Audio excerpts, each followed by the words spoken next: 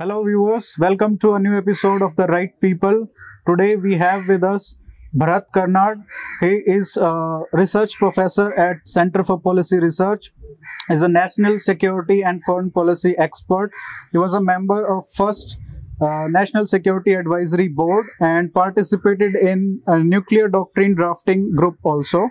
His two books, India's Nuclear Policy and Why India is Not a Great Power, have become classics, and now he has come up with a new book, Staggering Forward, which is a critique or audit, if you will, of Narendra Modi's foreign policy.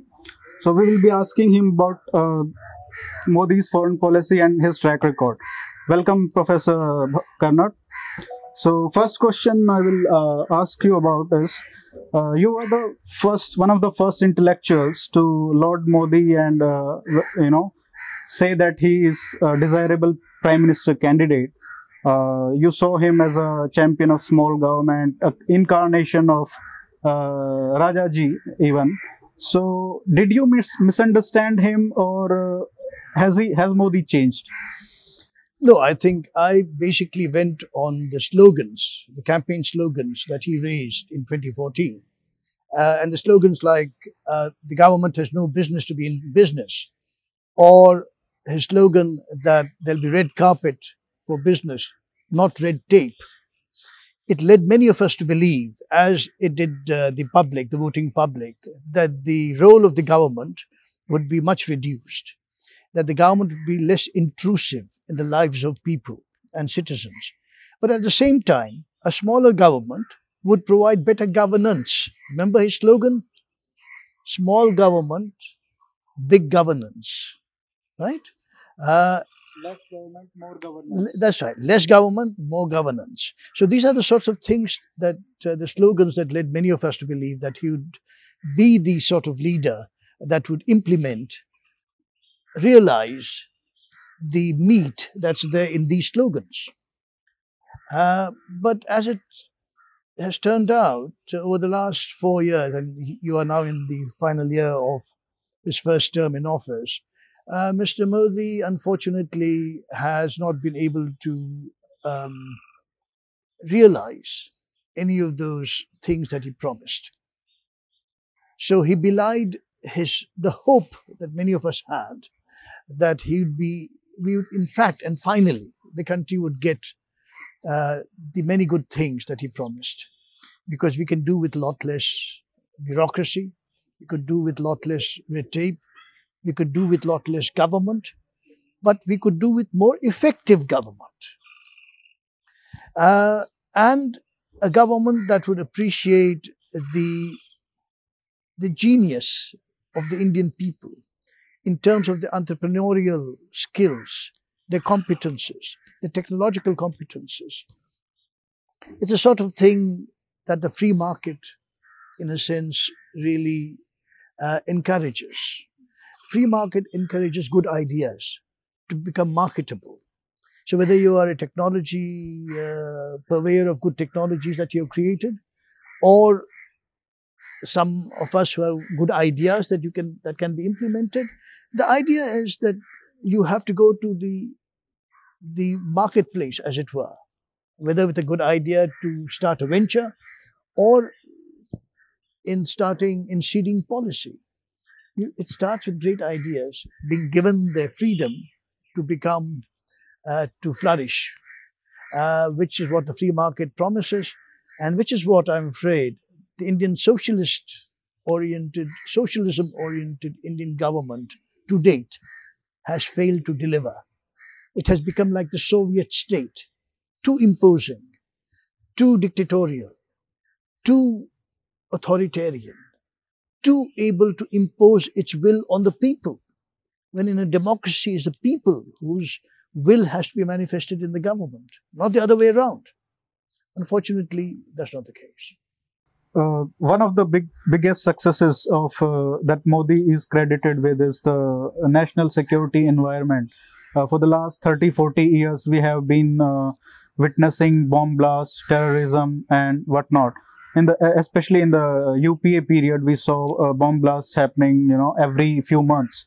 For the last 6-7 years, we have seen unprecedented peace in domestic environment. So this is people credit Modi for.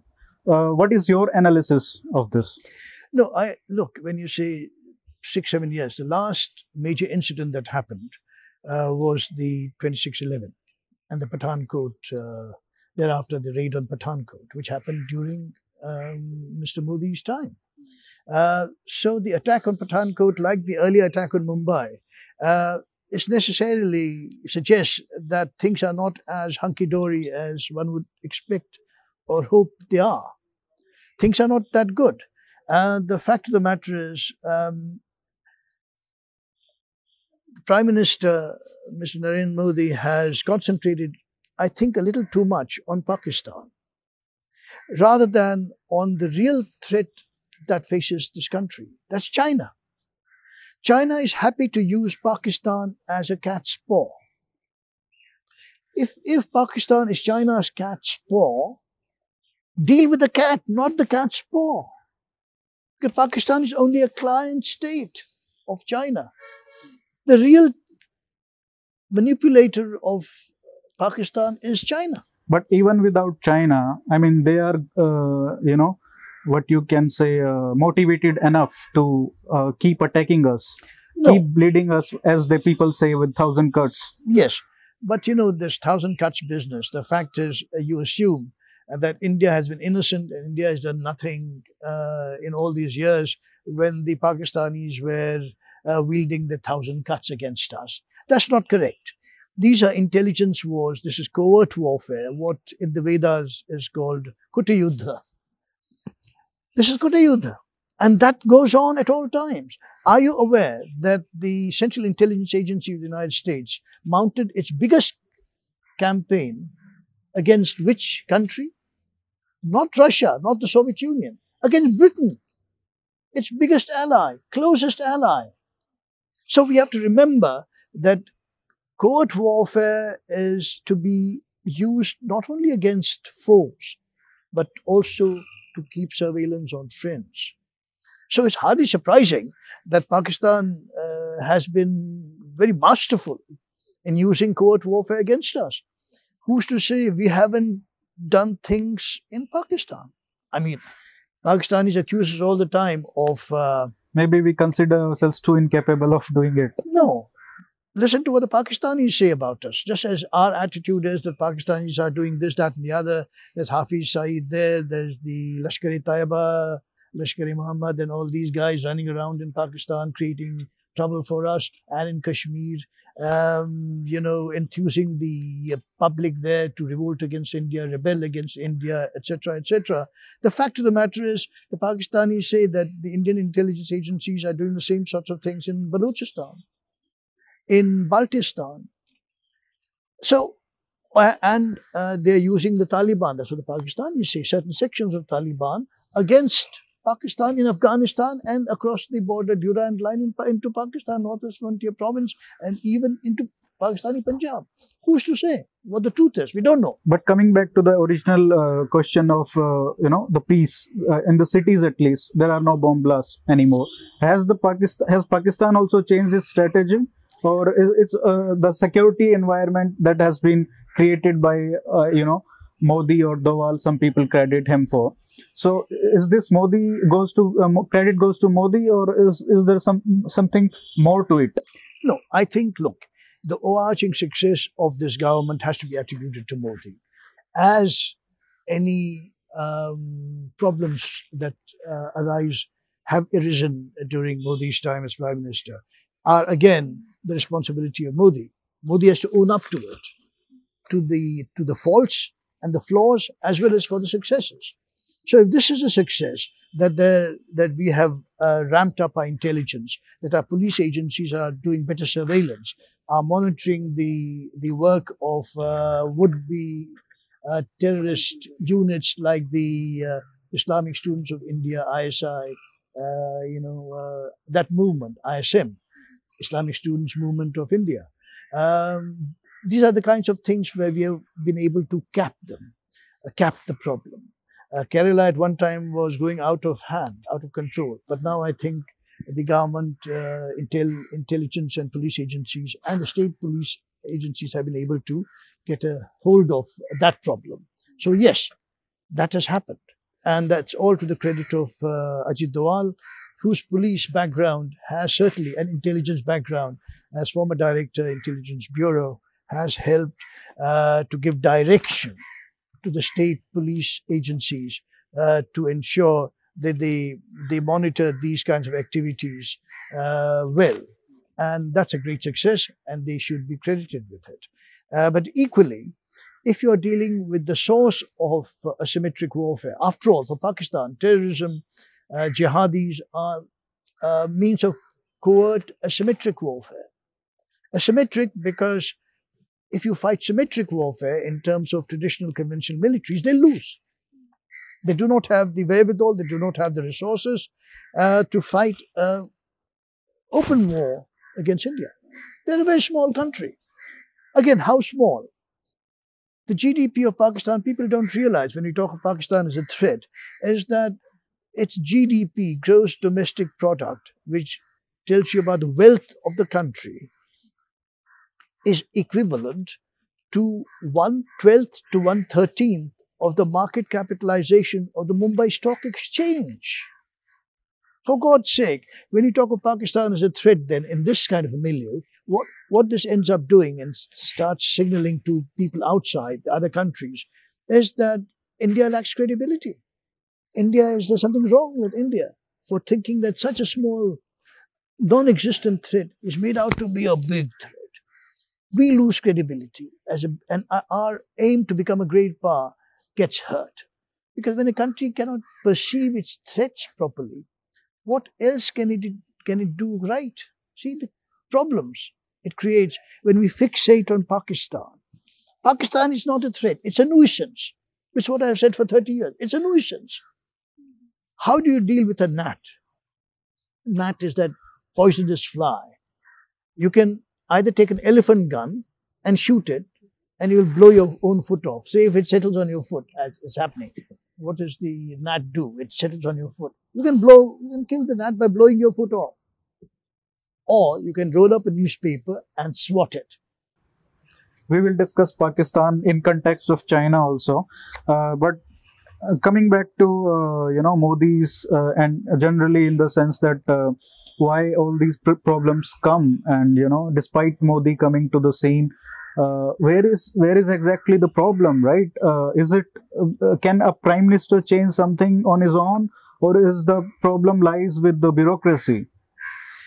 Look, first of all, what the country has lacked, and I say this advisedly, and that's what all my books have, in a sense, charted, tracked this course of Indian foreign military policies and strategic policies. The fact is, India has not had a national vision being articulated after Nehru. No prime minister after Jawaharlal Nehru has articulated a national vision. A national vision is a game plan to say where the country is going to go to, what it will achieve. Give it a time frame. In 30 years, as Deng Xiaoping did in China. He said, in 40 years, I'll achieve this. They have reached their milestones. That kind of game plan, to suggest where India means to be in the Committee of Nations. Where do you see India?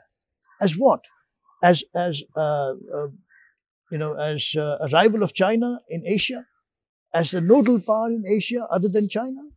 That should be our aim, our objective. Strategic objective should be to be the nodal power that attracts Asian states to our standard, our flag, rather than to China with its authoritarian, dictatorial setup of the Communist Party that doesn't allow freedoms, that doesn't allow any kind of,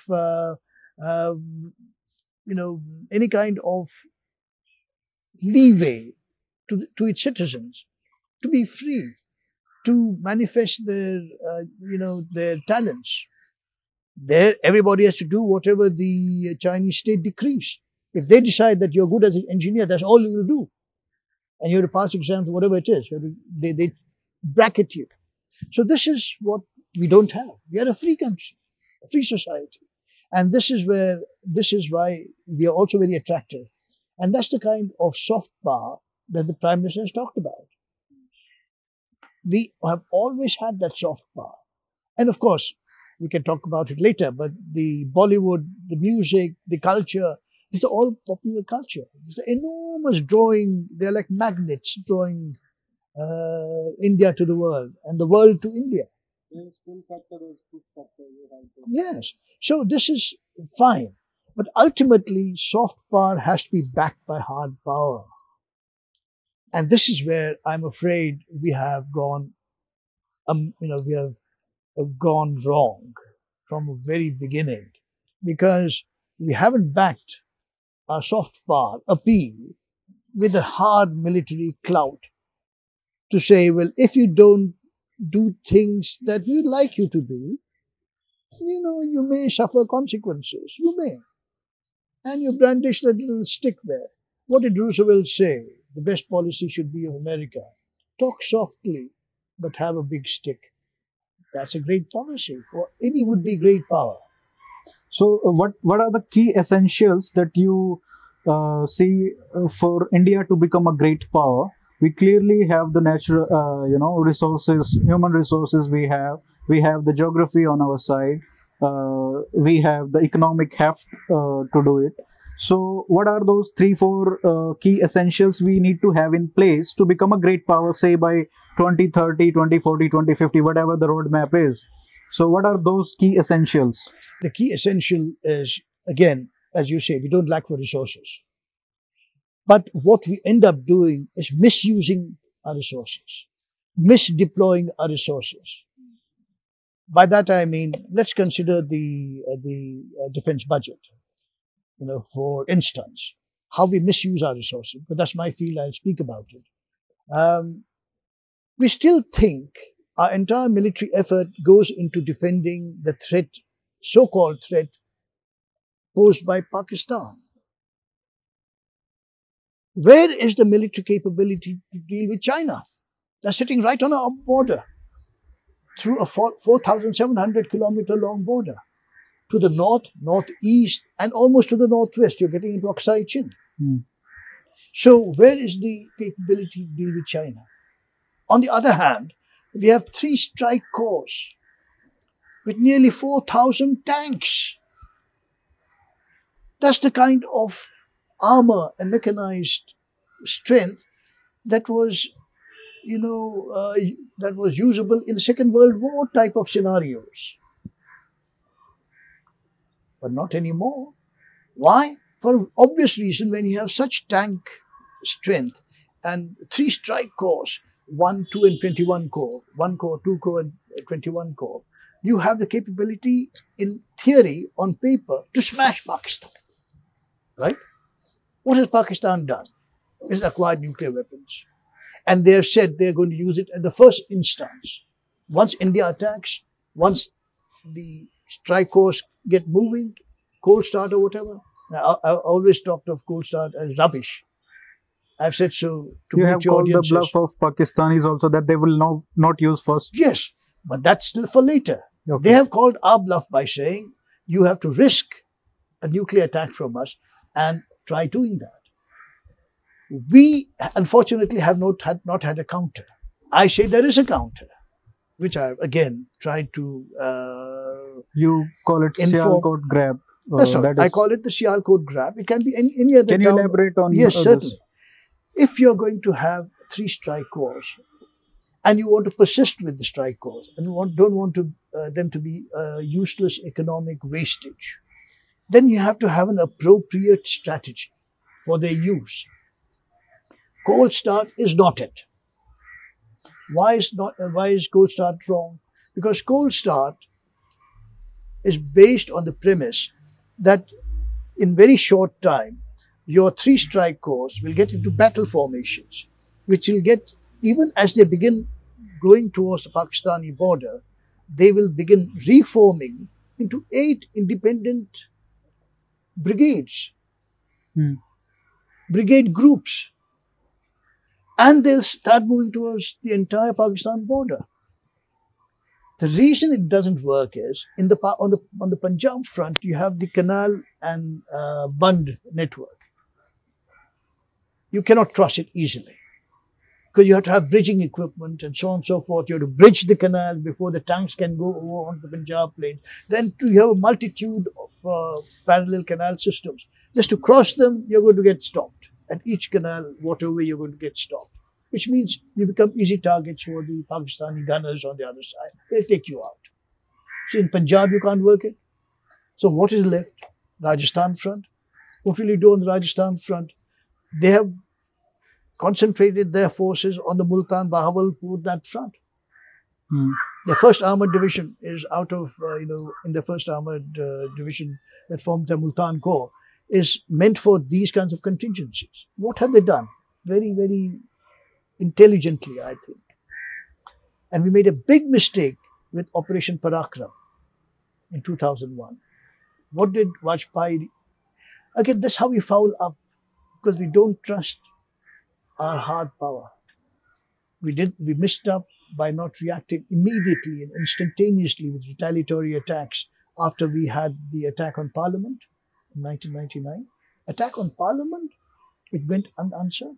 So what could have been done? Instantaneous attack, aerial attacks on Pakistani targets. If it's terrorists, then attacks on Pakistan-occupied Kashmir. Take out Pakistani depots, do what you want, but your rhetoric should be that we are taking out the Pakistani terrorists, encampments, stores, depots. That's how you justify your attack. But you can take out any Pakistani Air Force station, anything you want. The Americans said, go ahead, virtually. They gave the United States government here, they realized the attack on Parliament was a big thing. It's not a small thing. It's an attack on India's sovereignty. They said, they gave you the map of the airbase Jacobabad. Okay. The Pakistan Air Force base at Jacobabad. It's controlled by the Americans. They mapped out the part of the base that they use. They said, leave that alone. What's the lesson? Otherwise, you can hit anything. We didn't. Why? You know why? Because the Air Force chief said we don't have the coordinates, target coordinates for the thing. My God. It doesn't matter. You had to retaliate instantly to show that you're willing to impose punishment on Pakistan. These are, military has become like bureaucratized. They're manned by babus in uniform. They want written orders. They want this, they want that, they want coordinates. They worry about escalation in Parakram. General Malik says that the Air Force did not respond to when they asked for help from the Air Force. General Malik, as the army chief in 1990, he has written in his book, and he says so all the time, he says so publicly. He says, I asked the Air Force for help for helicopter attacks on Pakistani strongholds. And they said, no, we don't have, it goes against procedure. That you have to get some okay from the government. I don't have that, so I can't go ahead. And then once the go-ahead was given, the Air Force said the Prime Minister's limitation on Indian military action not to cross the border cannot be implemented because our planes will cross the border when they hit. So we won't strike. So this is how we negate our own hard power, because we have even bureaucratized our hard power. We don't believe in retaliation, in punishment, in punitive methods. So this is the point. So coming back again to the Sialkot grab. The Sialkot grab. What is that? Okay, the 3 strike corps. How can they be used? I proposed long back in my first book, Nuclear Weapons in Indian Security. I said that Pakistan's geography is very unfortunate for Pakistan. Most of its wealth-producing centers, most of its highly populated towns and cities are in a north-south line, very near to the Indian border. Very unfortunate for Pakistan.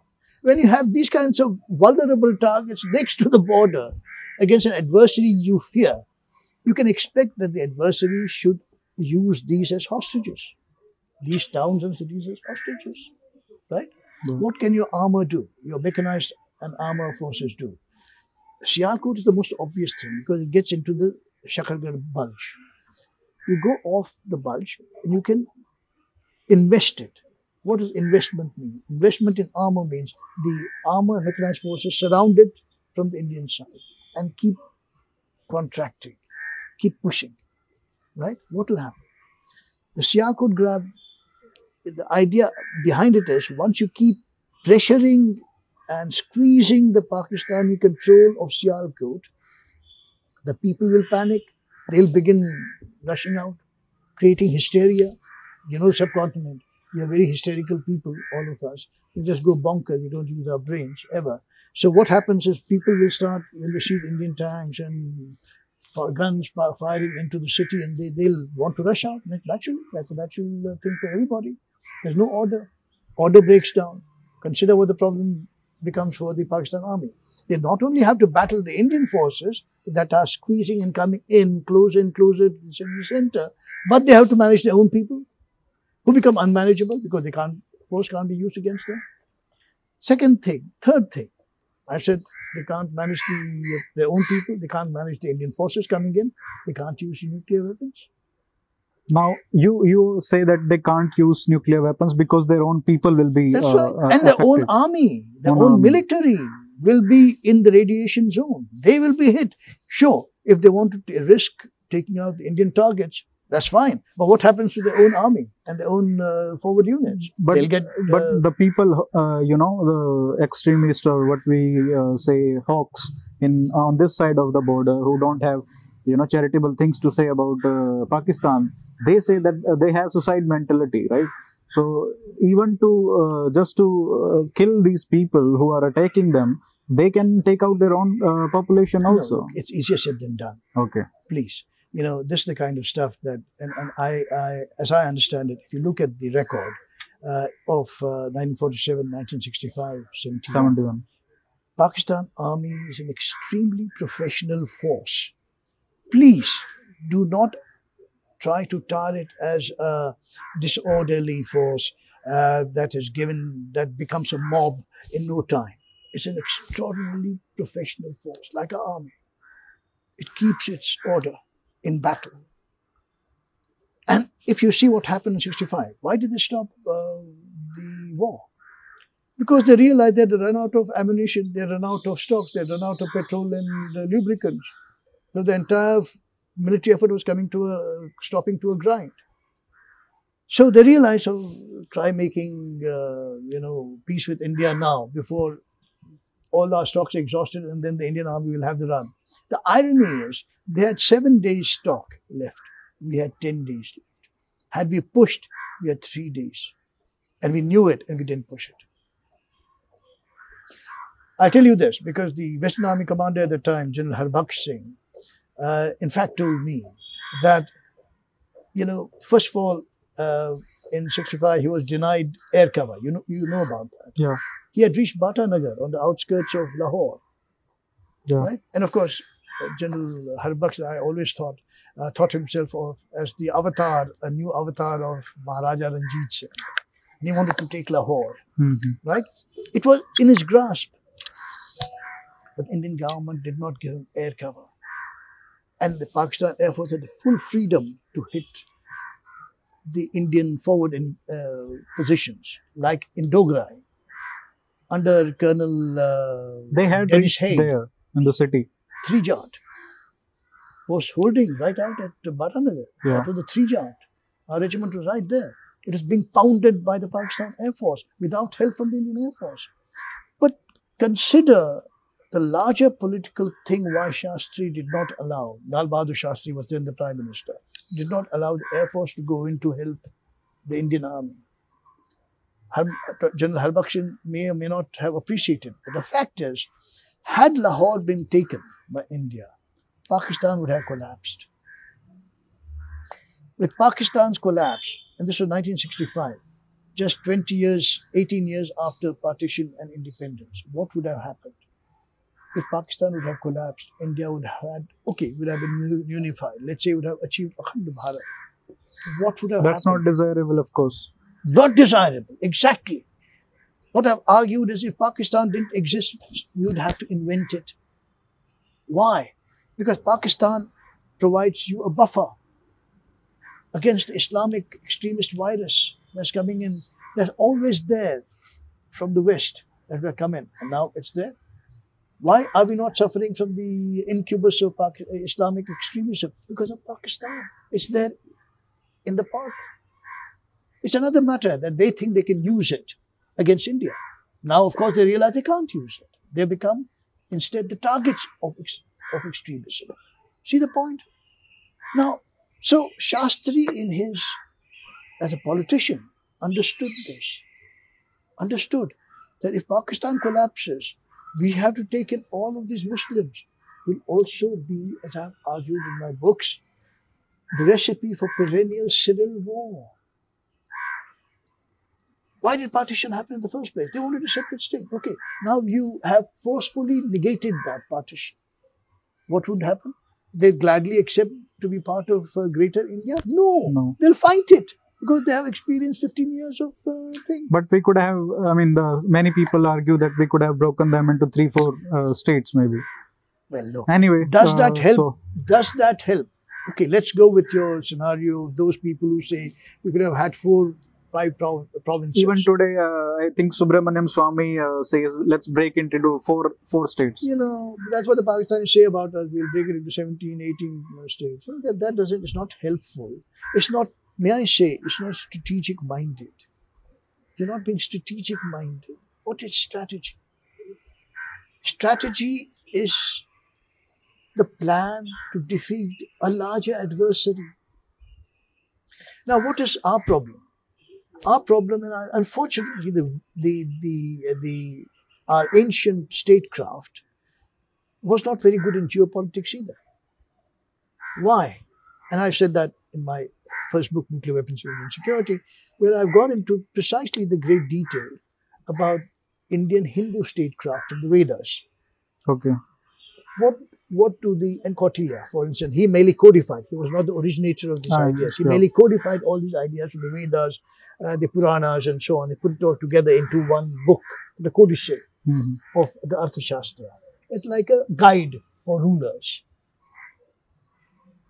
Many of his ideas were not, none of these ideas were original. They were there from Vedic times, from kings who had worked on it and so on, and he merely got it and then distilled into that one book, Arthashastra.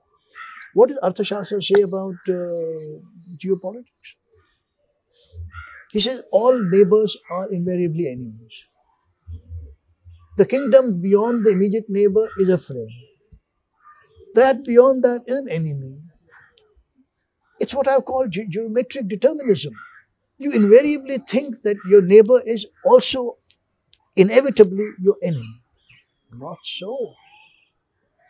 When you have a larger enemy, China looking down your shoulder, what you have to do is try and co-opt, be generous, bring in all your neighbors into a tier.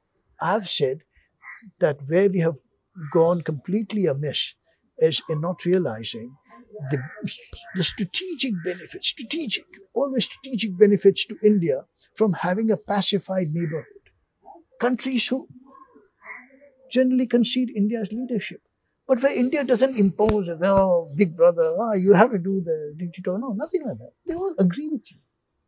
And you can then, in concert, in consensus, work to defend the subcontinent against outside forces. So, this is the stuff that we should have thought of. From the very beginning, we didn't.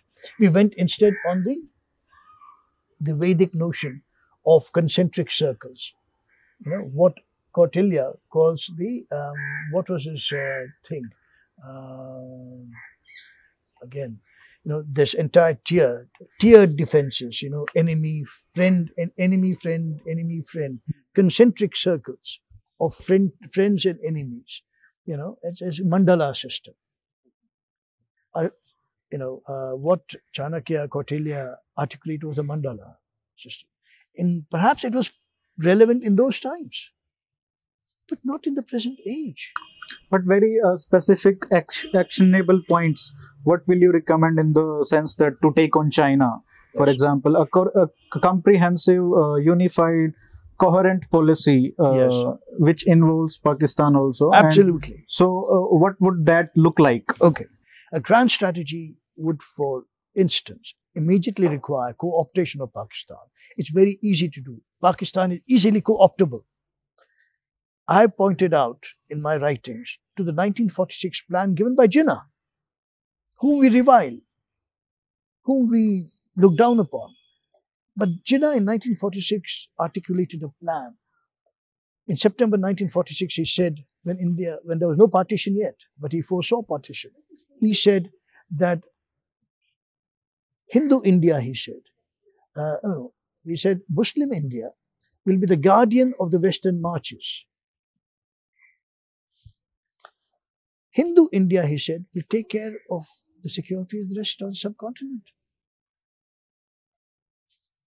Western marches means what? The Western approaches to the subcontinent. Pakistan will take care. Muslim India will take care of Pakistan. The rest of the security will be taken care of by Hindu India. Had we gone on that and offered right away to Pakistan, look, 1949 Karachi Agreement happened. We settled on the border. Each side decided that there will be no military on both sides. You'll have paramilitary. That's how the Border Security Force came here. The Pakistan Rangers came on the other side, right? It was a ready-made recipe to proceed. To say, instead, what did we do? We have great cavalry regiments, the armor. What is our problem? The government has not been able to overcome the most powerful bureaucracy in the army. Militaries are also bureaucratic. The strongest, in fact, militaries are more bureaucratic than usually the civilian governments are. And that's absolutely true in India as well. Because they believe in hierarchy, they believe in order, and therefore they believe in rules, regulations, and so on, even more than the civil servant does. So how do we co-opt them now? Yes. How do we co-opt them now? First of all, go back to the Jinnah plan. How do you do that? I have said, and these are the plan articulated in all my books.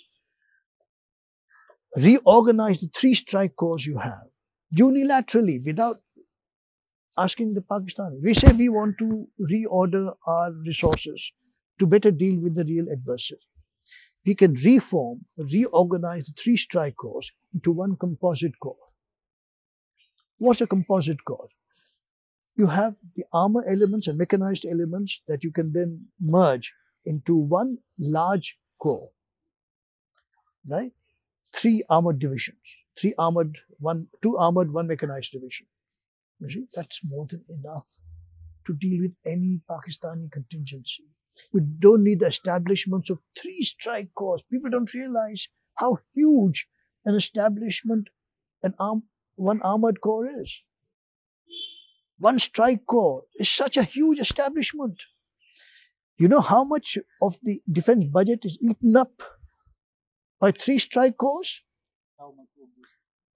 The full defense budget, to as much as 26% of the defense budget goes in just upkeeping the 3 strike corps that will never be used in war ever again. Please think of the waste of monies. So what do we do? Then we transfer the resources There? to the China border. Yes. How do we do it? The heavy tanks we have, the T-72s, the T-90s, and so on and so forth, and even the Arjuna, which is still a heavy tank, but it's our design. We should stress Arjuna instead of the T-72s and T-90s and so on. What do? We then reorganize the 3 strike corps into 1 composite corps and some independent armored brigades, perhaps, in addition. But the bulk of the human resources and material warfighting resources are shifted to 3 mountain warfare corps. We have just raising 1 mountain warfare corps, offensive. It's not yet done. 1 offensive mountain warfare corps. We need 2 more. With 3 offensive mountain corps. And I think, if I may interrupt, Finance Minister Jaitley said that we don't have the resources. That's right. So if we reorient our plan, then we can have the resources also. Really shifting the resources. You're not asking for more money. The army, you don't have to allocate more funds to army. You say you just allocate, reallocate your resources within the army. So the human material goes there. The war material goes there, except the tanks. The heavy tanks can be junked. Sell them off to third world countries who want them. Some idiots will always want such things. I'm not saying idiot, but they may have some cost to buy them. Sell it to them cheap. Discount prices. Set them off. Make some money out of it. And then set up 3 strike corps. 3 strike corps. The 1 strike corps that's being set up is along the strike corps of the plains, which is why, again, it's very heavy. Who said it?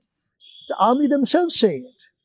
At a mountain warfare seminar I attended the other day, where the army chief was there and I was there, and a lot of us were there.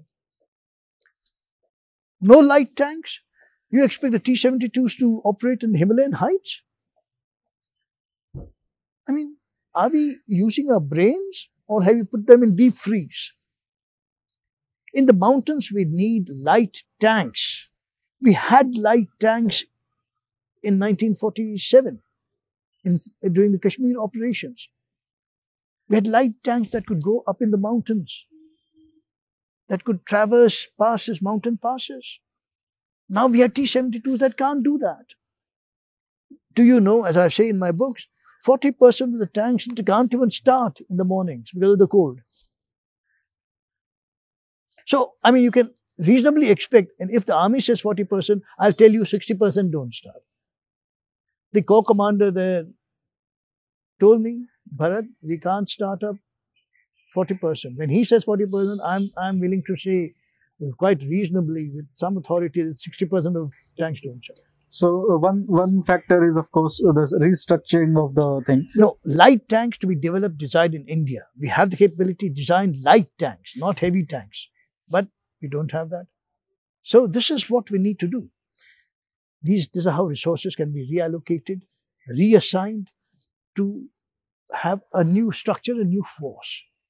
Mountain-capable offensive forces that can go on to the Tibetan plateau and fight the Chinese PLA in their backyard, in their field. So I want to ask on this, is there any realistic scenario where in a conventional war, India can not just resist the Chinese from coming here, but even, defeat the Chinese? Is there any realistic scenario where it can happen? Well, we can hold them off.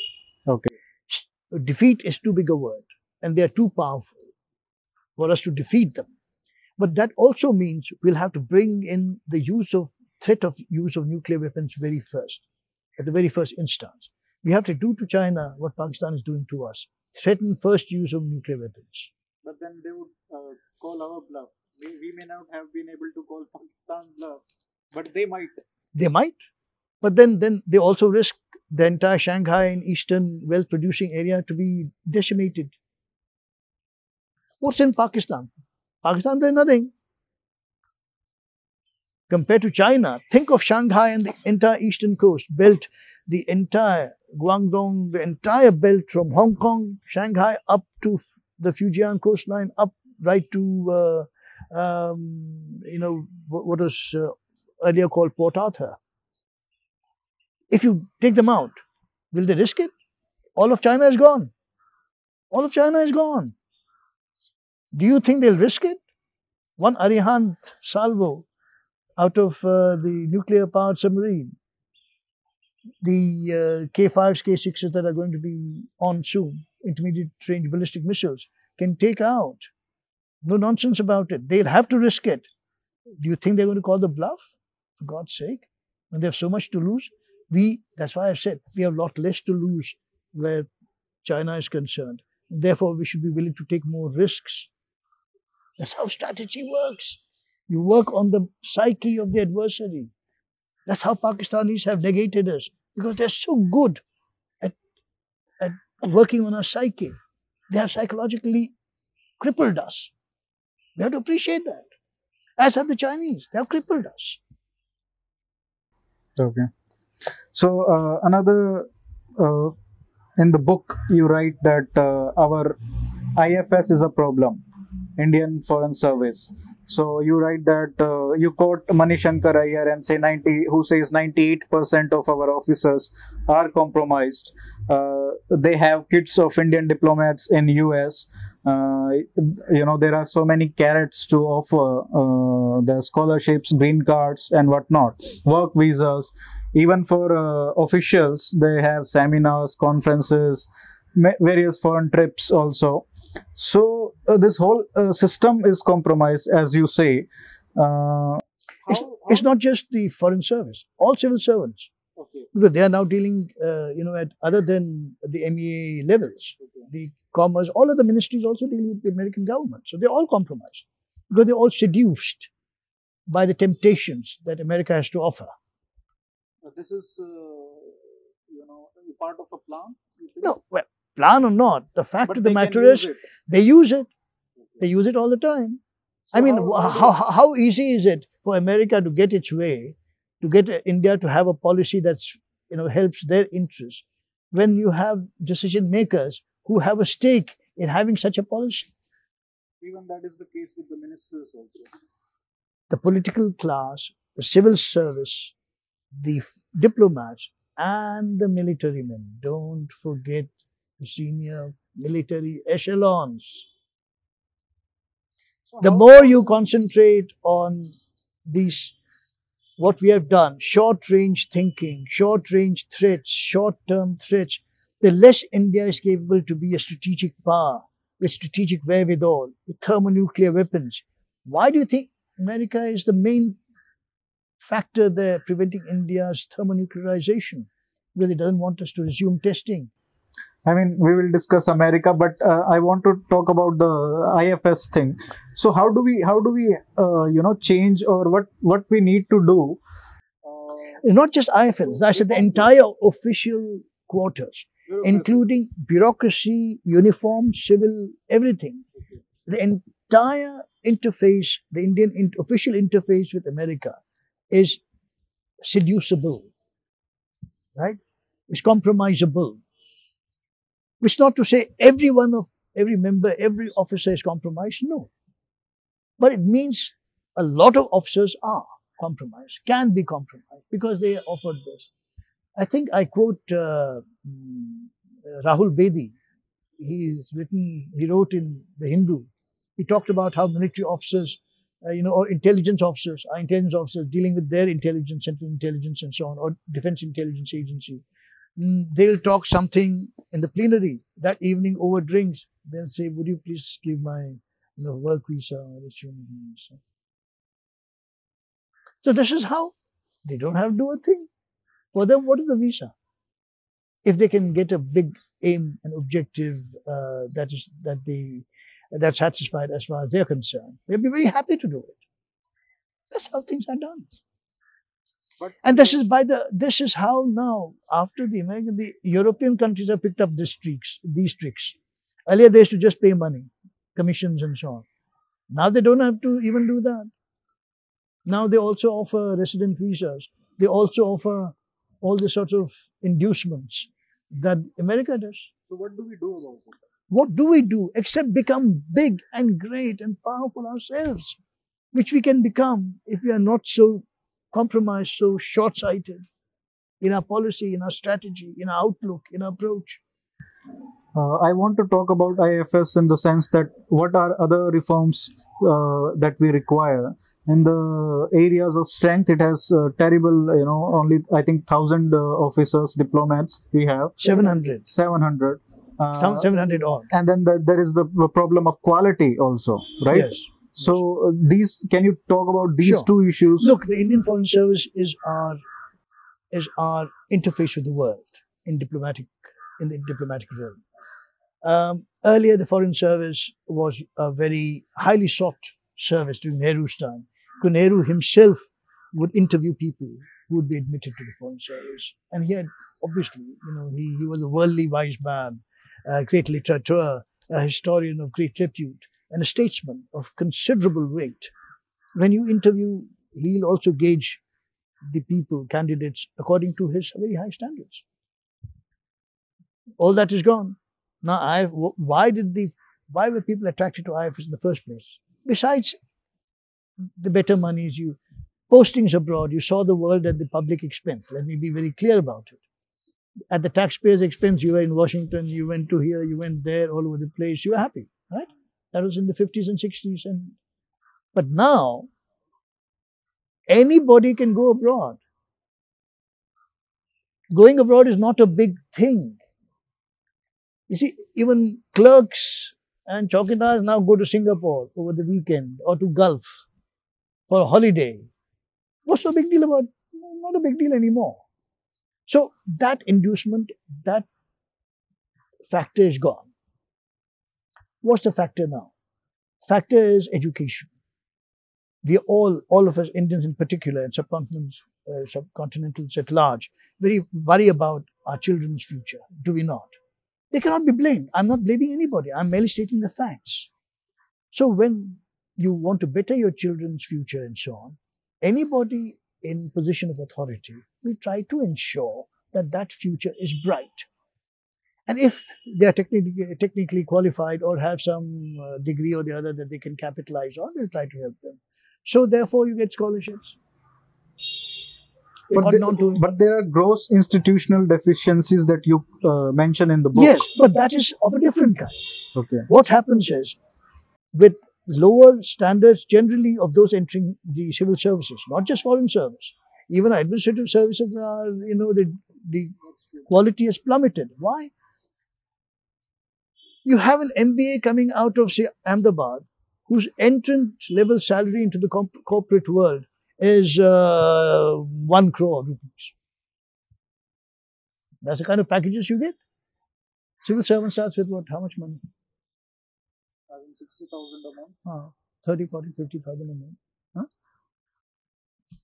Who will want to join civil service if he can get into IIM and then become a big corporate honcho and go abroad, stick with a big transnational company, travel the world in great style?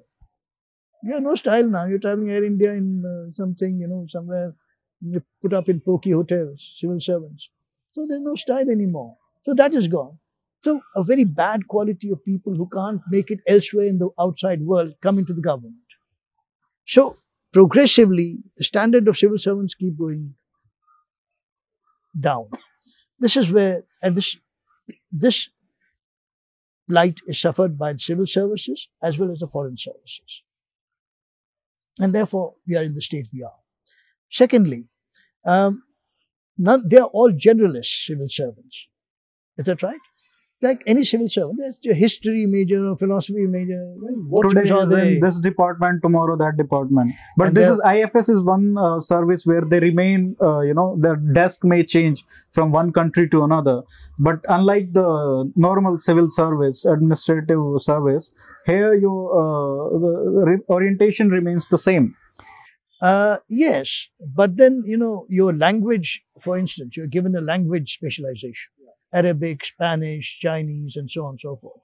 Lately, the Chinese specialists have gotten a leg up, right? Except usually what happens is, if you're in Arabic, you'll be put in Latin America. That doesn't make any sense. That's right, but that's how it is. Because all posts are rotational. They don't keep the discipline of the language. If you there is very rigid hierarchy, where if you are a smart person in say 30 years and well read, better read than say a person who is 50 years old, you will never be promoted ahead of him. No, never, because that's time grade promotion to a stage. Then you'll get some people don't from the IFSA. IFSA are the normal class 1 service. IFSB are people who come as stenographers and secretaries and become. And they have no incentive to deliver also. So you have all these problems there, this also. And the other thing is, with the Indian Foreign Services, and this is true of the Indian government, unfortunately, when the Prime Minister goes to Central Asia, goes to Myanmar, goes to here, there, and everywhere, and promises India, IT centers, promises aid programs, infrastructure programs, and nothing happens. Nothing happens. Shyam Saran, who was Foreign Secretary, was ambassador in 2001 in Myanmar. He signed the Kaladan project, that's connectivity project that the Prime Minister talked about, and earlier Prime Ministers talked about. You always talk and talk and talk. Nothing happens, and no delivery. Why? Because the development DPA-1, DPA-2, this is the Development Program Assistance 1. The entire cadre has been set up. They don't work.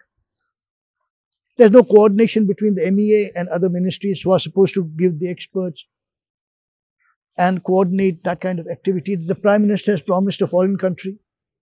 What happens? The foreign country are naturally frustrated. They're disappointed. We lose credibility. India's word means nothing then. The Prime Minister goes there, these people can't deliver. Look at China. They deliver. They say, build a bridge. Overnight, there's a bridge. Virtually overnight. There's an airport. You go to China. I've been there a number of times. It's, extraordinary, the infrastructure quality. Look at what they're doing in CPEC in Pakistan, please. But we have a ready blame to give to, that is democracy. We blame everything on democracy. We blame everything on the fact that, we do things the right sort of way. We don't cut corners. But who asked you not to cut corners? I mean, is there someone looking over you, some overlord over India who is saying, well, you have to do this, that or the other? Why can't we cut corners? Why can't we get things done? Why do we have to go by the rules book that is written here for the Indian? And that's why we are in such a bad state. Our infrastructure is so bad. We can't build roads and we are promising roads abroad. Our PWD, CPWD is wreck. They can't build roads. Look at the kind of flyovers we have here. They're not aligned properly. During monsoon seasons, there is not even water drainage systems. And we expect that our infrastructure will be desired by some foreign country. Which country will desire it? When China can produce world-class infrastructure projects. World-class. In the book, one of the biggest, disappointment, or I would say a big tragedy that you also mentioned, the Shinmaya tragedy. Yeah, it's extraordinary. We talk of act east, look east, act east. Pehle to look east tha, we kept on looking. So, can you just elaborate on the US to seaboard controversy or whatever, why the project didn't, take off? Yes. Look east means act east. Now, there's an act east supplement to the look east. Okay. Act east, kya act kar rahe ho aap? What is the main country on the periphery of China is Vietnam.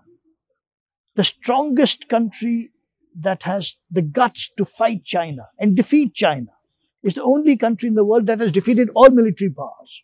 All military powers throughout history. They don't take overlordship easily. The French had great difficulty in containing the Vietnamese. उनको सबको मार को भगा दिया Vietnamese ने. They're the one people, they're small, they're not very significant, they're not 6 feet Hollywood types, कुछ नहीं, they'll beat the shit out of you. I'm sorry, bad language. But the fact is, they have the gumption. They will not take any guff from anybody. They defeated the French, 1953, Dien Bien Phu. Then they beat up on the Americans and kicked them out. Then they beat up on the Chinese in 1979, when Marshal Peng Hui, who led the forces in 1962, went against Vietnam and lost. They do not take anybody invading their space. They do not tolerate it. They're willing to fight for it. And that's why, what's the obvious ally when you want to deal with China? Vietnam. How do you deal with China? They have started they set the precedent, as I've argued for 30 years. In the NSAB, I argued. They nuclear missile arm Pakistan. It was their call. They set the precedent. We merely follow the precedent. We are very good at following someone else's precedent. We don't do anything originally ourselves. Fine, do that. Now nuclear missile arm Vietnam. Because I've said, if you don't have the guts to fight China, strengthen a power that has the guts to fight China. At least do that. Fight by proxy. Strengthen them. So I've been talking about having nuclear weaponized, war-headed cruise missiles, BrahMos. I said, don't arm your own army first, or your own military. You will not be able to use them. Give it to the Vietnamese. What will they do? The coastal batteries on Vietnam. By the way, Vietnamese have offered Nha Trang, which is on central Vietnamese coast, to set up a base. Why is that important? It looks on the Sanya Chinese naval base on Sanya, which is the headquarters of the fourth fleet, the so-called secret fleet for the Indian Ocean. Right? If we have electronic drop on Sanya, we know everything because we can electronically pick up the ELID. Electronic intelligence can be picked up from Nha Trang. Right? This is how you work your strategy. Vietnam should have been a pillar of our strategy against China. You've done nothing. Japan is the other pillar. Why? Because the Chinese are frightened to death of Japan. There's a Second World War record where the Japanese committed great atrocities against the Chinese people. The Nanjing massacre. All kinds of bad things were done by the Chinese. They're psychologically handicapped when they deal with Japan. I said, use it. In my first book in 1994, that was published in 1994, which is called Future Imperiled, by the way, I said this. Technology, for sheer weight, you have two anchors. This should be our geostrategic architecture for security. One side anchored in Israel, the other in Japan. Subsequent governments did precisely this. They're trying to get there. But 40 years too late. There's no use. When time is also of the essence. So Japan, we have been talking about it. Finally, we have a Japanese Prime Minister who's also very nationalist and who doesn't want Japan to rely on America because he thinks America is unreliable, which, by the way, is what I've argued. America is absolutely the most unreliable country in the world. Why? They want to further their interests, not yours. Do you think they want to be nice with you to further your interests? Or do they do it for their interests? Please tell me. Is it so difficult for people in Indian government to understand that they are here to further their interests? And therefore, you have to have a security architecture organic to Asia, where Asian states are involved in their own security. So they have a stake in it. They are motivated by the fact that it will ensure their security. So if you have Japan with you and you have Vietnam with you, you have pretty much bottled up China in a very real way. Because here are two fighting nations that can take on China. Japan has a very good navy. Vietnam is a very good army. Right? And we are stuck here on this side of the Himalayas. Fine, we have enough forces to fight them to a standstill. I'd like to hope that that's correct. I can't vouch for it. What's the Shinmaiwa? The Japanese were also so motivated that they said India is a good partner to have to contain China, to contain Chinese ambitions. How can we help India? Shinzo Abe said, and the Japanese thinking is, India is a maritime nation. Look at the peninsular India. It juts out like a carrier of the aircraft carrier, like a prow of the aircraft carrier into the Indian Ocean. Right? We have to use the fact that the maritime nature of India means we have 562 islands. Are we aware of that? 562 in the Lakshadweep, in the Andaman Nicobar chain, right? Therefore, we need access, easy connectivity. And the Japanese said, we have a product for it. We have a flying boat that lands on water, takes off from water, can handle rough seas, can carry a contingent of armed troops, can carry intelligence sensors, can do anything you want in the amphibious realm. Amphibious means water and land. It can land on water, it can land on land, it can come on shore, land on water and come on shore. And the Japanese were ready to... They were ready not just to give transfer the entire assembly line, production line from Japan to India. Transfer of technology. Everything. They said, we'll train your engineers, your technicians, your lathe operators, everything in Japan. First, we'll have the entire contingent see how we operate and how they make the plane. They'll be involved in the making of an actual US-2 flying boat. Then the same people will work, Indians will work under Japanese supervision to produce another plane. Third plane onwards, the Indians will fully oversee and produce the plane.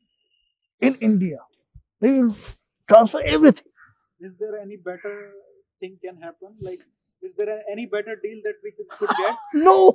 So, I mean, they're also willing to subsidize it. They'll pay for it. After all, Shin Maiwa is a Japanese company. Very big company. Japanese will, all you have to tell us what you want. How much are you willing to pay? By the way, that's what they said. Yeah. Please tell us. It's all negotiable. So some of us have said, why this didn't go through? Please, it's there. It's not going through. It is hanging fire. The Prime Minister don't make up his mind. Why? Because this entire Shin Maiwa deal was broached by Manmohan Singh as Prime Minister. Because the Prime Minister broached it, the Defence Ministry here, the Babus in the Defence Ministry here say, it's not our prerogative. The Prime Minister initiated it, not the Ministry of Defence. So it's his prerogative to push it. So we have governments within Listen, the governments. Now there were the joint secretaries in plans and so on, who was a complete idiot, if I may say so, the woman. Unfortunately a woman. I don't mean to be sexist. No, of course. But from not even IAS, she's some account service, whatever, wherever she is from. She wrote on her file, and she has no business doing it. This illiterate, incompetent persons are the sorts of people who are in the Ministry of Defence gumming up the works. She wrote on the Shin Maiwa US-2 file that this is, but this plane doesn't carry weapons. Okay? So the Navy was asked to respond. The Navy responded very tartly, saying, well, by that metric, if it doesn't carry weapons, it is therefore of no military use, then you shouldn't buy the fighter combat aircraft because it carries only one passenger, the pilot. So, what Ministry of Defence, you're trying to make fun of us. Chalo, nahi pass karenge. It's on that basis of an ego thing between an incompetent civil servant and a nation's security imperative is hanging. But couldn't on the basis, Prime Minister could have said, I take the responsibility, chalo. He has not done it. 4 years he has not done it. This was only because of one officer. One officer writing this and the Ministry of Defence. Transferred her. Well, yes, but the ministerial bureaucratic ego aa jata na. MOD, after ego, that ego got engaged. The Prime Minister, yes, it was the Prime Ministerial initiative, Manmohan Singh's. This Prime Minister could have pushed it, say, chalo, sab nikalo. Right away, tomorrow I'll sign it. I don't want any of you guys here. I'll send you to the Andamans otherwise.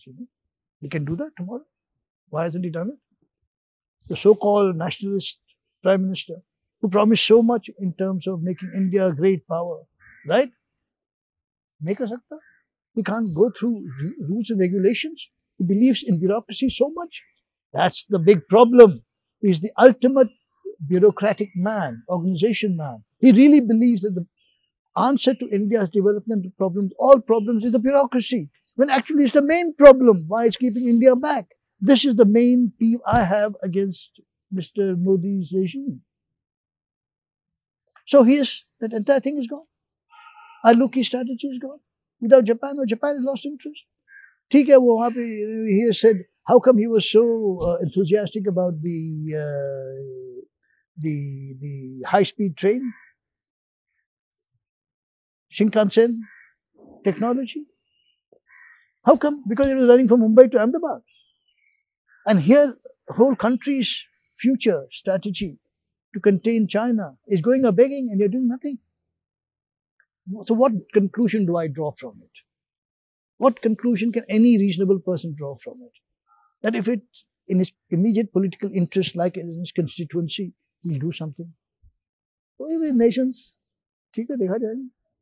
Bureaucracy, they mind it. But there are some achievements that the government can be credited for. For example, in the Indian Ocean region, some military basing agreements have happened with the Oman, in the France, Singapore in the east, and Indonesia in the east, and Yes, okay, so all that is fine. even And Cambodia. I'd they like had to a think, meeting with- yes, Shivnik will. Yeah, There was, earlier this year. yes. We'd like, all this is something that I've been saying we should have And done. arming the Vietnam with BrahMos, not the nuclear weapons, but BrahMos they have given. Chalo, So, but dekho, after we have lost and- how much? And 30 years. and standing up to China on Doklam.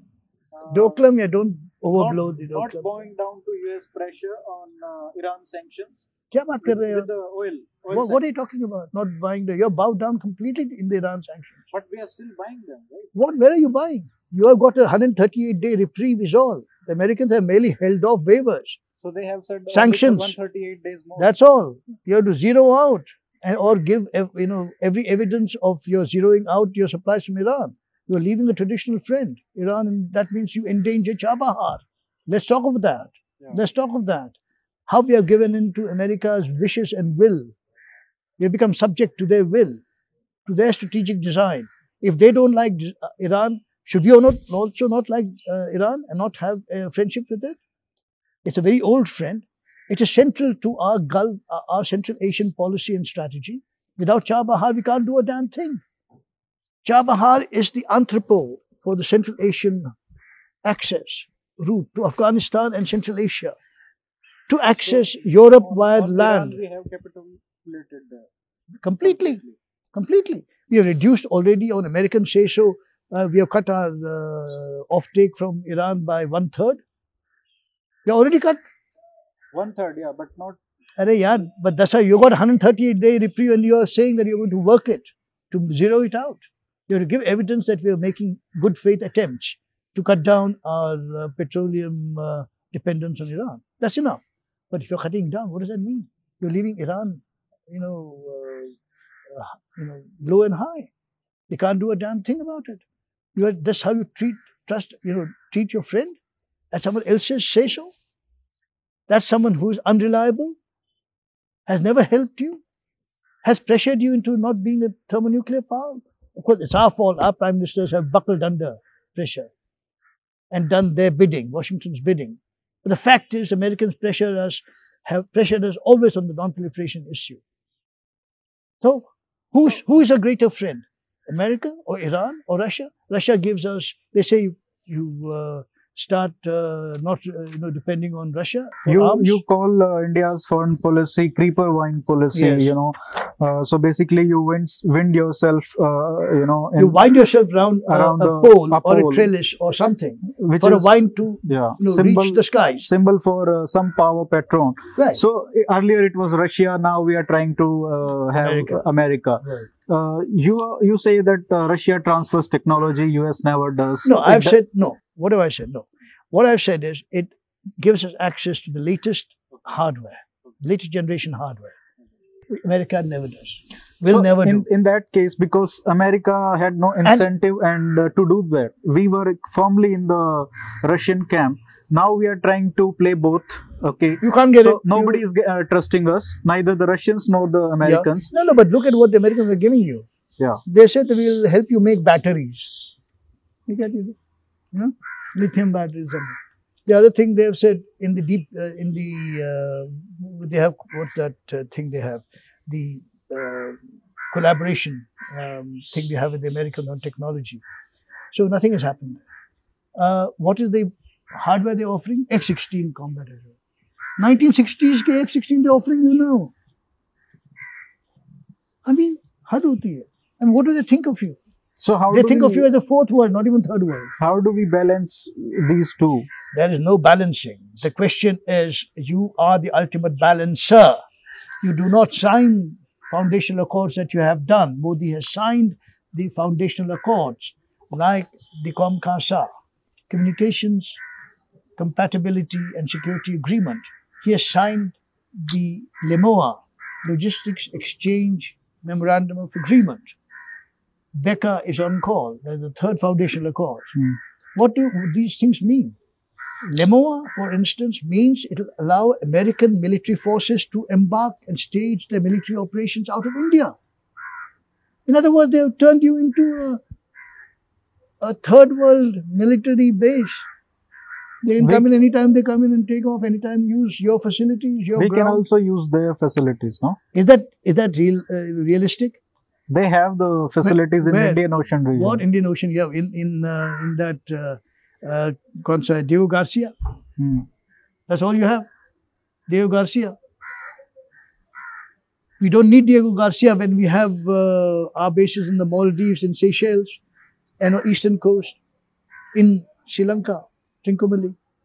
Why do we need something that we'll never use? In theory, we'll go to Diego Garcia, we'll go to Alaska, and then we're going to go fight somebody in Alaska. I mean, you're bewkoof hai.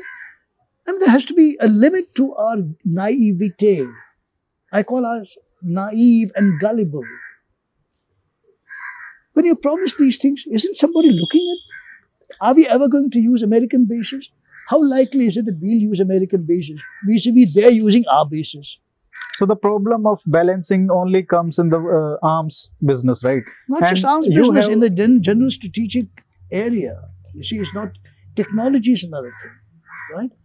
And we must admit, when you say Russia, look at the kind of very strategic help and assistance they gave us in our nuclear program. They helped us. How did they help us? Not by designing anything, but they helped us by giving access to their, what they call the ICF, Inertial Confinement Fusion Chamber, to design thermonuclear weapons, hydrogen bombs. हमारे पास है नहीं. They allowed us. Do you think the Americans would ever allow us access to their ICF? Please. 50s ke, 60s ke, 50s ke, thank God they have given us technology, saying वहाँ के Korean War के plane fly करो आप. 60s के दे रहे हैं F-16. Do you think they are going to give you these kinds of things? The Russians have helped us with our Agni missiles. Not in everything. Certain things. I don't want to go into detail. So, do you think Americans would ever do it? In fact, Americans have said, don't build ICBMs, intercontinental ballistic missiles. Which limitation the Vajpayee government accepted. So this is a long process. Everybody is involved in this. No Indian government has had the strategic vision and the will to assert our interests. India has to assert its interests. Nobody is going to do it for us. No one is going to give it to us on our plate. Say, ye le lijiye, aapki interest, hum safeguard karenge. We have to safeguard our own interests. But the problem comes again, why we have to go out begging for all these arms. So on that note, I would ask you about how we can have a military-industrial complex here in India. So how can we create an environment to do that? Yeah, look, because we can never hope to become a great power without arms sufficiency. Arms self-sufficiency. Absolutely correct. That's absolutely correct. Again, we have to see the strategic mindedness of Nehru. In 1956, he imported not combat aircraft, but the finest combat aircraft designer to come into India and build a plane from ground up. Teach and tutor our own designers, aviation, aerospace and aircraft designers. Encourage them. Build that kind of resource base. He did it because he got Dr. Koot Tank. Who was Dr. Koot Tank? Think of the strategic imagination of Nehru. Koot Tank was the foremost designer of fighter bomber aircraft for Nazi Luftwaffe, the Nazi Air Force, who had run away to Argentina after Second World War. He got a commission from India to build the Marut HF-24. He built it, the first supersonic jet engine and engined aircraft, combat aircraft, built outside of North America and Europe ever.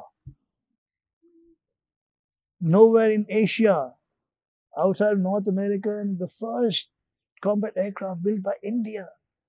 And when was that flying? 1961, over the Bangalore skies. Within 5 years, he had produced an aircraft. Nehru had hoped that it would become the seedbed for an aerospace industry. That's how he had also nurtured the dual-purpose nuclear energy program, capable of building a personal interest in those areas. All these areas.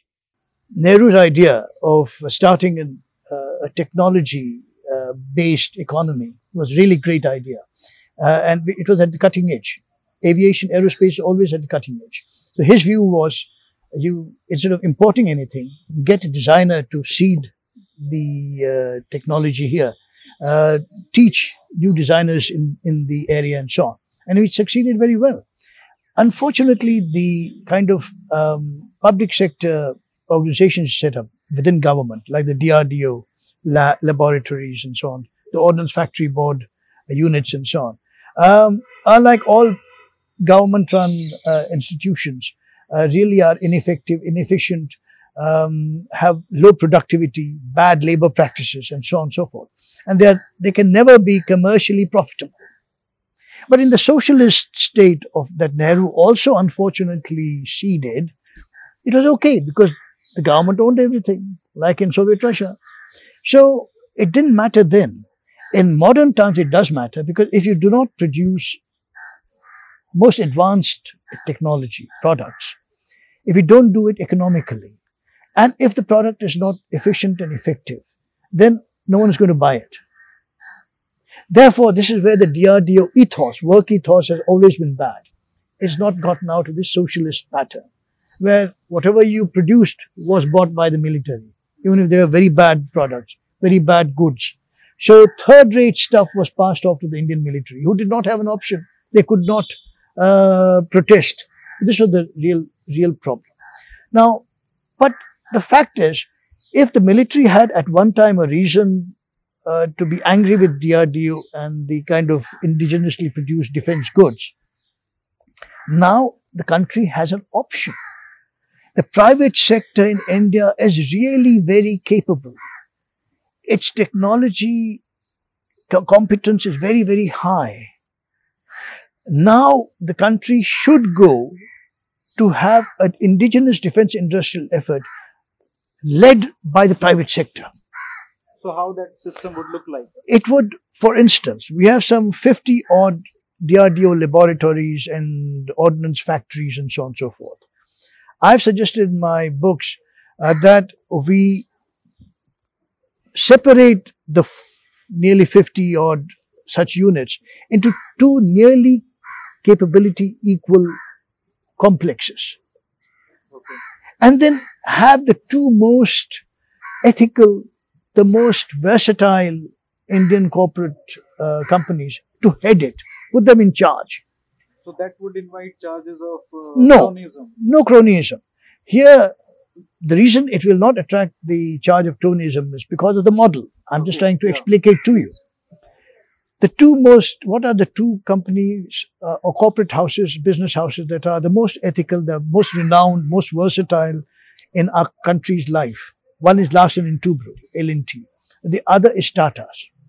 Let the Tata and L&T head these two complexes, competing complexes. What has been the problem with the DPSU? There's no competition. If there's no competition, whatever I produce, I know it's going to be sold. I'll make profit. What's the profit notion? You have cost, whatever it costs me to make the product, plus 2% as profit. It's how the DPSU, HAL, everybody else works on Moscow shipyards. Everybody works on that principle. The employees don't have any incentive also. No, they have no incentive. They cannot be kicked out if they do bad work.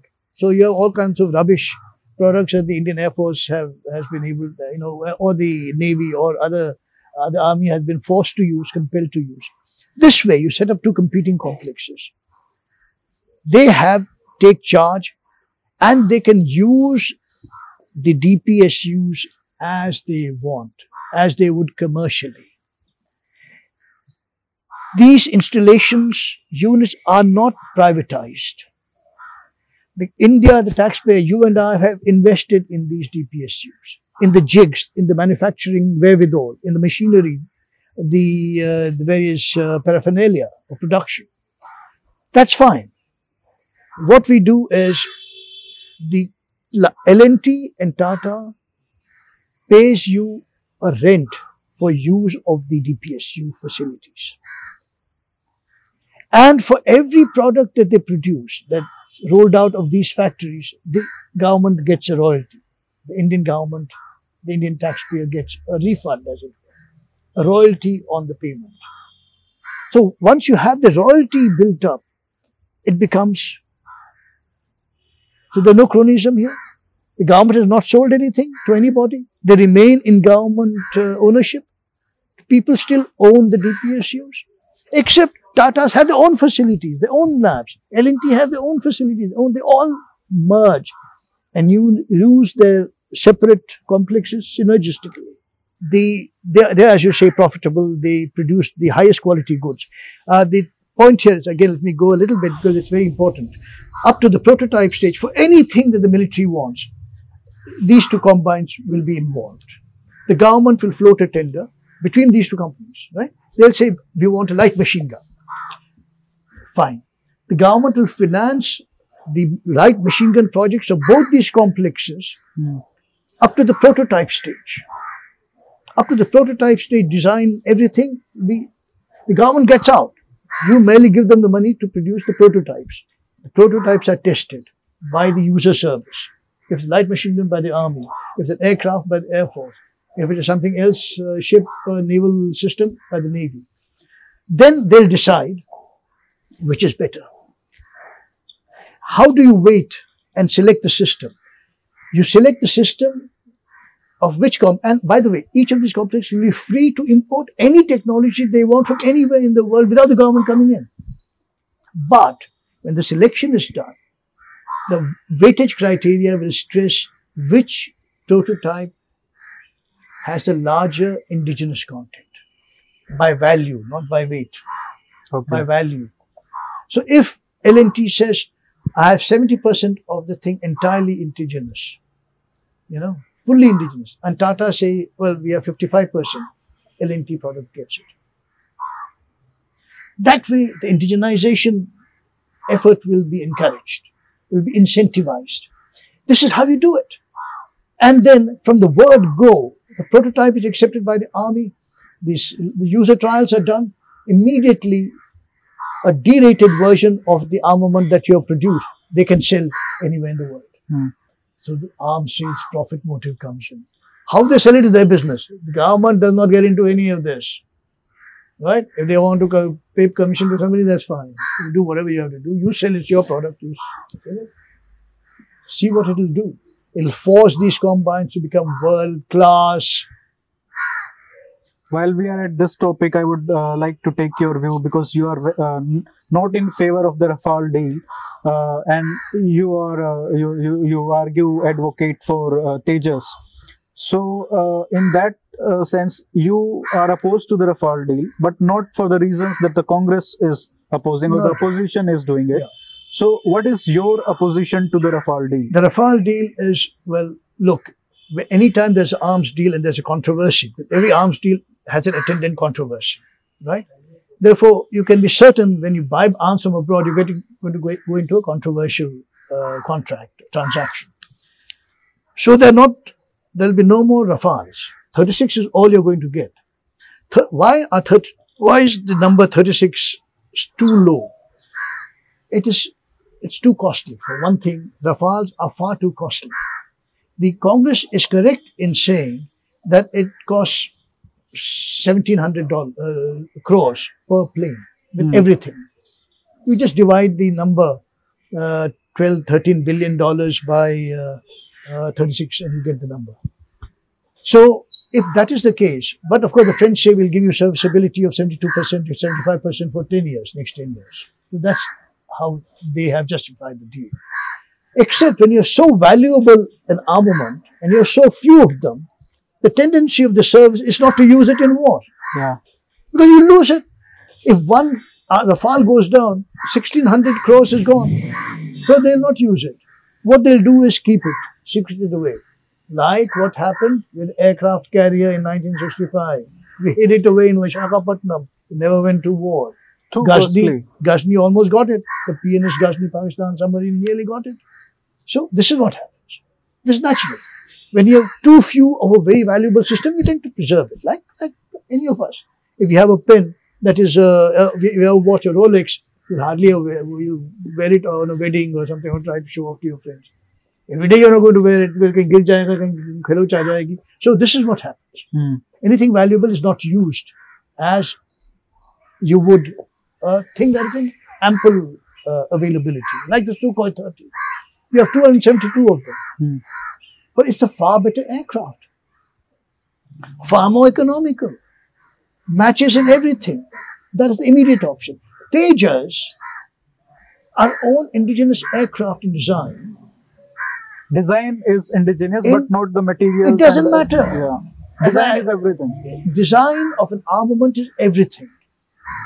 If you don't have the design, you have nothing. If you have the design, you have everything. You can buy components and assemblies and sub-assemblies from anywhere. That's how everybody does it. What's the important thing? The design, which no one gives you. Why do they not give you design? They'll transfer technology because that means nothing. They'll give you a kit, you assemble from it. No one gives you the designs. Designs are embedded in the code share. It's called, it's not code share, sorry. Source code. These are source codes. And operational algorithms. They'll not give you these things. These you have to have your own, which we have now. It's called the intelligence on the plane. Intelligence of the Arjuna NBD, main battle tank. We have designed it. It's ours. We can do what we want with it. Once you have the design, you can scale it down to a light tank. You can scale it up to 100-ton tank, whatever you want. But you can have why the army Air Force is opposed to. I would not say opposed to, but why it is favoring Rafale? Because even yesterday, a statement came from the Air Chief that we desperately need these planes. Yeah, I don't know how. I mean, I don't understand the Air Chief's justifications for this, because first of all, it will not meet your depleting squadron strength standard. 36 aircraft is two squadrons. 2 squadrons. What will 2 extra squadrons do if you say your squadron strength is going down? But we don't even have that in Tejas. Tejas is only 12, I think. No, we have right now about 9 or 10 10. I mean, in being inducted in the and it's been 30 years. Why we have not been able to do that? No. This is what. Let me again say, the Marut Mark II that was designed by an Indian, Dr. Kurtag left. After production, Dr. Raj Mahindra took over. One of the great aircraft designers. I have known him. Okay. He's a wonderful guy. He produced Mark II of the Marut. Our design, Mark II. Beautiful design. Air Force killed it. Because Jaguar was available. British Aerospace had done the usual stuff. Paid off everybody. Jagjeevan Ram. By the way, Jagjeevan Ram being paid off was carried by Maneka Gandhi. I'm not saying it, so I'm not libelous or anything. Yeah. Meera, what's her name? Jagjeevan, Meera Ram or whatever. Meera Kumari. Need not get all upset about it. Maneka Gandhi published it when she published it in Surya. Yeah. All these allegations were there, published there. And by the way, they were, backed up by a lot of data at that time, information. So, from there, the rot started. Once you begin importing aircraft, we imported aircraft before Marut. We imported aircraft after Marut. Mark II. Mark II never got off the ground. Beautiful aircraft. So this is just love for foreign things. And readily available. And whatever is passed on, that's what I'm trying to tell you. That's the more important thing in those times. A Scotch bottle here, in those days, you could be bought off with a Scotch bottle. But today it's much higher, the same thing. It's not very different. What is the Augusta Westland? What are you seeing? At the highest levels of the air chief is air chief, involved. Political. So, if air chief is involved, now you get the idea what I'm saying.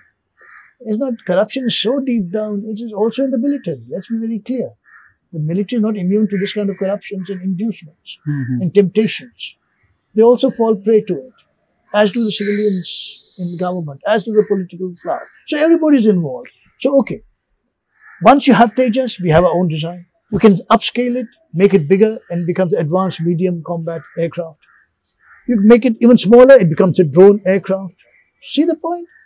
You can downscale it, you can upscale it, you can mega scale it, you can decide what the production is. So what I've said is, what if instead of just the HEL, the NLA, the National Aviation Laboratory, and DRDO transfer the technologies to L&T and Tata and to Mahindra Aerospace. Have 4 or 5 production lines because you want aircraft fast. Have them come in, have them produce. They'll do a far better job than HAL will. And once they are in the field, HAL will do better. All the workers are here. Our livelihood is on. Let's start working well and produce a brilliant aircraft. Everybody benefits when they see HAL working hard. Tata, we have to do even better. See how it works. They're able to sell abroad. They're right away derated, slightly less than what the Indian Air Force will do. This is how an aircraft industry grows. This is how we should do it. Instead of buying Rafale, you're buying $13 billion. You just wasted 13 billion, 20 billion is going to end up costing 80 billion. 80 billion, 100 billion is going to end up costing. Do you know that? Just 36 over the years. Over the years, 40 years. Imagine what the investment would have done for our aerospace industry at home. Had that kind of money been invested here in Tejas and the successor aircraft. That's what I mean, how we lose out when we don't go indigenous, when we don't think Deshi. Mahatma Gandhi talked about Deshi, cotton and all that. Now is the time to think Deshi in terms of everything, all technology. We are entirely capable. Who is doing the NASA, sending up American rockets? All Indians? Give them incentive, they'll come home. Why would they not be at home? Why would they be in some, they're spat upon and kicked out, kicked around? Yeah. So this is what we have to do. No interview can be complete without asking a question with a security expert on Kashmir. So the specific question on this is, can this Kashmir problem be solved without fixing the demographics?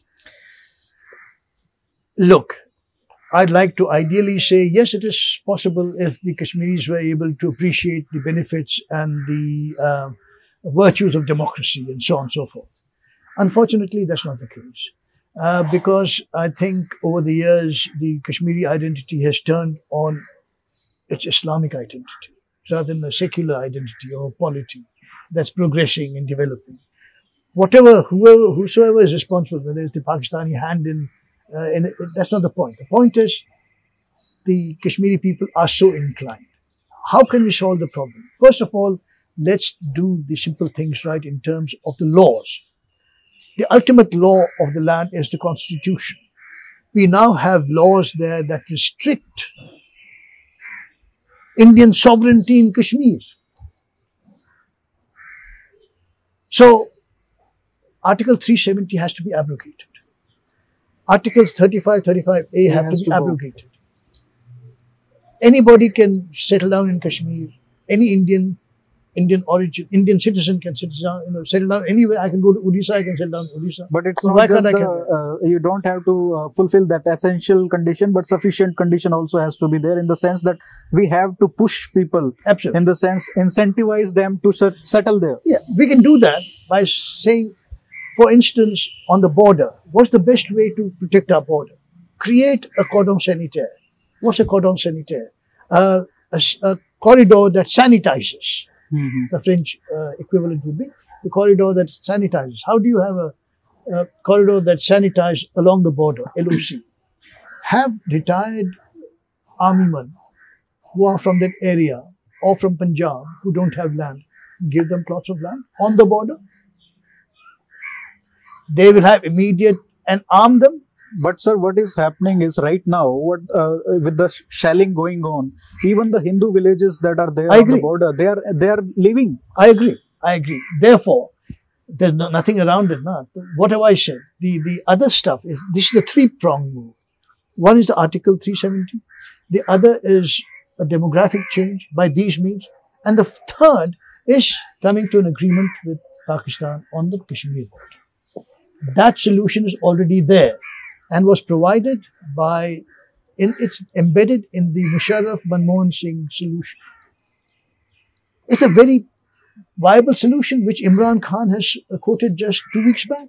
He said the army is on board with that solution. What did that solution say?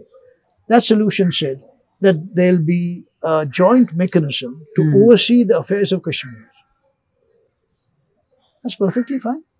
They want a fig leaf. The Pakistan army wants a fig leaf to say, "Bhai, humne to jo karna hai kiya, we are looking after Kashmir. Look, the Indians have given us this." They have to also go back and say that, to sell it to their people. So we give it to them. But what is the main thing in the Manmohan Singh Musharraf solution?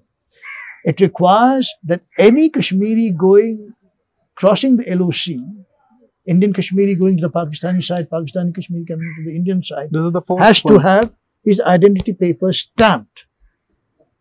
So that means you're essentially accepting a sovereign borders. You got what you want. You have status quo as a formal border. Okay. But we should also say, now with the CPEC there, that the Chinese army shouldn't be in POK. That should be our condition. That should build in. It also requires, in the solution, you demilitarize both parts of Kashmir. We take out our army, they take out their army. Fine. But we also then must insist that no Chinese should be there in Baltistan as part of CPEC or any other way. This is a new development we have to insist on. From the Manmohan Singh solution. Yes. Okay. There will be no Pakistan PLA, nobody from People's Liberation Army in Pakistan. Certainly not in Baltistan. Once we have it, they'll have it. But and then we should open. People will object. But let me also say, then the fifth prong is complete freedom of trade. And do it unilaterally. All this has to be done unilaterally. You cannot expect quid pro quo. Aapne kiya to humne kiya. No. You want to sell your goods, sell it here. If you manufacture it, you sell it here. Not be a Chinese route for the Chinese to route their goods into India. If you manufacture it, bring it here without tax. So some people will object to this solidifying the boundaries, the international border as an international border, converting LOC into this thing. So should we accept realistically that part of Kashmir, Pakistan part of Kashmir is gone forever? Yes, absolutely. But that's reasonable. I mean, you can't have everything. Why would the Pakistanis accept that you take all of Kashmir and they are stuck with nothing? Not acceptable, not realistic. You can want it if you desire it so much, but it's not going to ever be turned into a real solution or a document. Further, I've said unilaterally open up the trade. Unilaterally. Don't impose anything. Tell the Pakistanis and all the Karachi Chambers of Commerce, Lahore Chambers of Commerce, they're very happy if that were done. We can run coal from our factories into Pakistani factories. Our coal mines from Jharia into Pakistani factories. Instead of Pakistan importing coal from Australia, which they're now doing. We can do it. They're so economic for them. They're not fools. उनके पास ज़्यादा पैसा तो है नहीं. Currently, they are on the verge of bankruptcy. So they'll jump at it. We have to give them a lifeline. And security-wise, just to complete what I said previously, if you redesign your strike corps into one composite corps, I call it rationalization. You rationalize your 3 strike corps into one composite corps. Yeah. You build up against China. Pakistanis then say, क्या चक्कर है तुम्हें क्या? They'll straight away say, हाँ भाई क्या हो रहा है यहाँ पे ये कुछ चाल है इनकी चाल है. Chaal kya hai? Then you follow up by saying you remove all your Agni missiles from the border, short-range Agni missiles that are nuclear warheaded. Remove them unilaterally. आप कहो कि आप अपना कुछ मत करिए, आप जहाँ रखना है रखिए, हम निकाल रहे हैं. What is the message signal you would say? Pakistan people are not fools. They'll say, यार ये तो ट्रेड पूरा दे रहे हैं, ये यहाँ कर रहे हैं, वो मिसाइल निकाल रहे हैं अपना पूरा, तो क्या चक्कर है? They'll begin putting pressure. The Chambers of Commerce is saying, oh, God damn it, you want us to sink? Or you want to, this is how you do it. What did Kautilya say? Sama dhan bhed and Sam dhan dand bhed. So dand is take out that. And bhed also is not required anymore. Sam and dhan. Dhan, they do. We are capable of it. We can tolerate anything. Maybe we can. I mean, we are totally capable. This is how they're it is. begging for $1 billion, $2 billion, Which we can give which them. we can easily give. We should upkeep all these states that are beholden to us instead of being they're beholden to China and Beijing and taking the orders from Beijing.